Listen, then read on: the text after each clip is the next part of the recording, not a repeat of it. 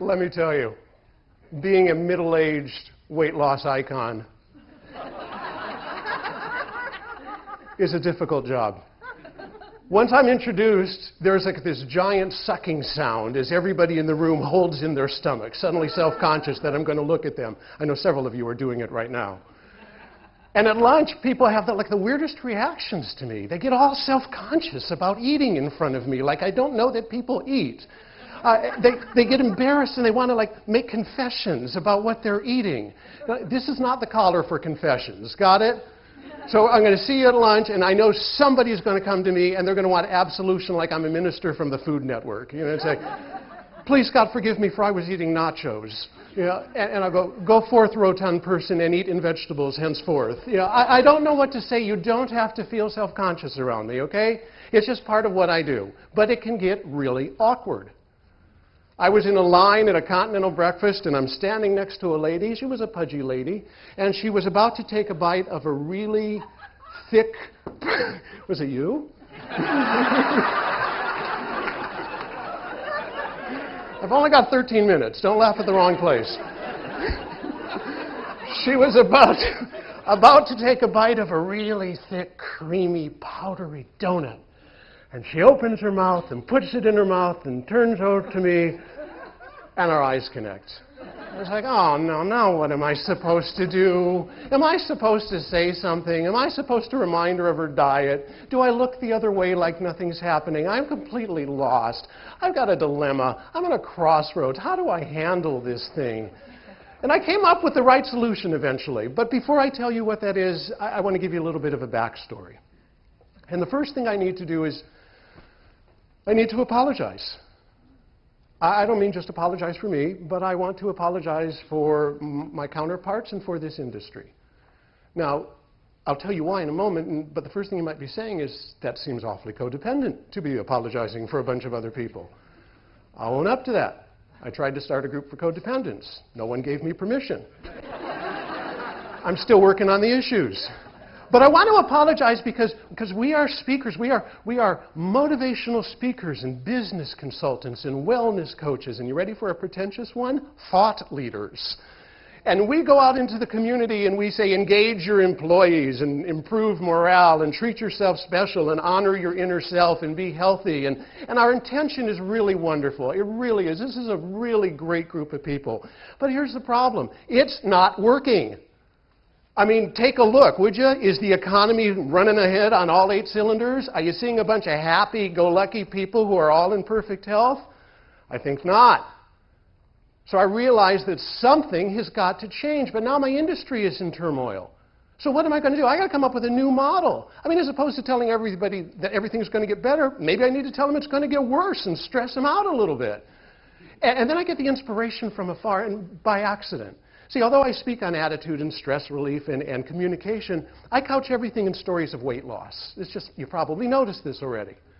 And my syndicated column has a little picture of me. And I'm in a grocery store, and a guy comes walking up to me, and he goes, you're the guy who writes that column, aren't you? And I go, that is me. He goes, I like you. I go, I like you back. And he goes, you want to see something?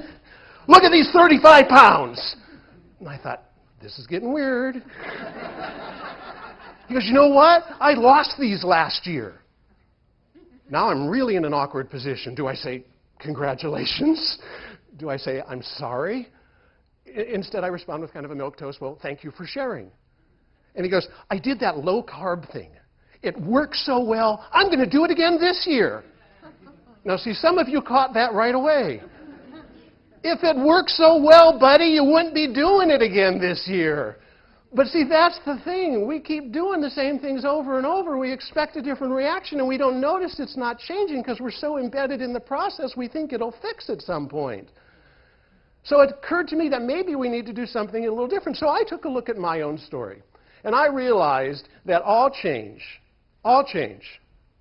is generated by fear, force, or pain. Got that? All change is generated by fear, force, or pain. Let me explain. Which is not what I wanted to do there. Oh, dear. This is the stress part. This was me the day I decided to join my diet. Now, I did not wake up, look in the mirror that day, weighing 250 pounds with a 44-inch waist and go, whoa, dude, you finally put on enough weight, you get to join Weight Watchers. I felt overwhelmed, depressed, and stressed out. And because of that, I decided to move forward. So here's the key. The thing is not to get yourself all complacent, but to get yourself a little stressed. It's a fine line. It's a dangerous process. Not enough stress, you don't do anything. Too much stress, it's catatonia. And let me tell you, that is not a productive state. So I decided that stress might indeed be the perfect change agent. And I want you to feel the right amount of stress, because I don't want you are all amateurs. I am a professional at this. I don't want you to leave here and start stressing people out without knowing the parameters. So let me give you a background. My Russian grandmother used to have a word when she was really, really stressed out. Word very simple. It went like this. Oi. 2 letters, lots of power. I want you to feel it. Okay, so I want you to repeat with me. Oi. I'm not feeling that. Way too gentile. I want you to let your inner Jew come out. Now, if you can't relate to that, I want you to take like over 5,700 years of stress, pressure, persecution, a Jewish mom, put it on your back for just a second. I want you to feel this. Let it slide off and say, oh. My mom would be so proud. That's the feeling. But I can't just run around and tell people this is the feeling they've got to have. I've got to somehow make it more concrete. And in order to start a new psychological model or a new inspirational mode, you need 3 things. You need to have a formula. You need to have an easy-to-remember concept. And you need to be able to field test it. So I came up with a formula. And here's the formula for you. It goes like this. Fear, force, or pain driven by emotion leads to a feeling of, dude, that really sucks. Also known as the oi factor, therefore causing action which will generate increased productivity, resulting in the desired change. Motivational speakers love this. Now, I personally think it's kind of cool, but you might think it's somewhat arcane. So I needed to come up with something more relatable to the common person, to us. And I thought, what do people go through? And I came up with this great concept, which I have now tried testing all over the country, and I got to tell you, it is working. And the concept is something many of us live with lots and lots of times.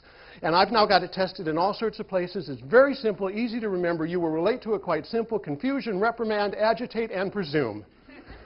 I call it crap. Now, I know it's penetrating the market, because you've been in businesses and you've been treated like crap, right? I've been in some relationships. I've been treated like crap. You know who's really taking this and running with this? DMV and the Postal Service. They're taking it to a brand new state. It's ultimate crap. It's craptastic. Now, what I want you to do is realize how this process works. If I can go ahead and instill just enough crap, remember the oi factor, where people get a little agitated, they start to move, usually away from you. But we can change the direction later. So there are some techniques that are not necessarily verbal crap. For example, in the motivational industry, we have lots of visual crap. This would be a nice example. I've got a whole series of posters. It looks like it makes a lot of sense. But when you take a look at it, the first thought is, what? I mean, it's faintly inspirational. It seems motivational. But it doesn't make, it's beautiful crap. It inspires. It causes change. Now, all I did with this, to be honest, I'll give you the behind-the-scenes look. So I just twisted some words to make them kind of not make sense. For example, we live with this all the time. The term multitasking. You have heard the term multitasking. Do you know what they called multitasking in the 80s? Lack of focus. Today, you can be called into your boss's office, and he'll say, I'm thinking about cutting you loose because you're not multitasking. Can you imagine, mid-80s, being called into a supervisor's cubicle and being said, I think we might need to cut you loose. You're paying far too much attention to what you're doing. Multitasking is another example of crap. Do you see how it confuses? It agitates. You can use it to reprimand. It's awfully presumptuous. So now we got the 2 components, the formula, and we got the concept, and I think it's pretty easy to remember. And now the thing is, I got to field test it. So remember I was talking about the lady with the donut. So we'll take you back to the lady with the donut, and she has the jelly and the filling coming out from the side of her mouth. And I don't know what to do. I've got to make a decision. In my old days, I would have probably treated her with grace and kindness and looked away and not said anything. But you know what she would have done? She would have eaten the donut. She would have gone off her diet. She would have said, as all good dieters do, well, as long as I blew it, I might as well really blow it. I'll start again tomorrow. And then she would have put on a whole bunch of weight and would have been unhealthy and unhappy, and I would have been responsible. So I decided I'm going to give her a load of crap. And I looked at her scornfully, and I shook my head, and made a reference to her stomach. Oh, yeah, you're too good to give crap. I hear it. Her eyes get really big. She puts down the donut, makes some excuse about just making sure they're fresh, sticks it on the table, and hightails it out of the room. She was motivated. And I got to tell you, she probably went home, she jumped on a treadmill, did 2 hours, went back to her diet and lost 50 pounds. And if she's in this room right now, you would be able to tell because she would be the most energetic, motivated, healthy person here. Simply because I provided her with crap. Now, the final thing, what are you going to do? The next time you are faced with a decision about how to treat somebody, you've got two choices. You can go old school, treat them right, golden rule, platinum rule, as we heard earlier. You know, be kind and loving and supportive. Or you can turn around and give them a whole load of crap, just like I gave you for the last 10 minutes. Thank you.